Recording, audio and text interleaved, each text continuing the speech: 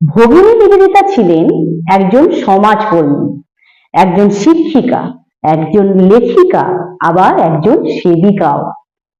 ভগিনী নিবেদিতার আসল নাম ছিল মার্গারেট এলিজাবেথ নোবেল। ভগিনী নিবেদিতা 1895 খ্রিস্টাব্দে ভারতবর্ষে আসেন এবং স্বামীজির কাছে দীক্ষা গ্রহণ করে ওনার শিষ্যা হন। তারপর তিনি রামকৃষ্ণ মিশনের সেবায় নিযুক্ত হন। সেই সময় কলকাতায় প্লেগ রোগ মহামারীর আকার নিয়েছিল। এই প্লেগ রোগ হচ্ছে ইঁদুরের থেকে এই রোগটা হয়। সেই প্লেগ রোগে মহামারীর আকার ধারণ করেছিল, প্রচুর মানুষ প্লেগ রোগে মারা যাচ্ছিল।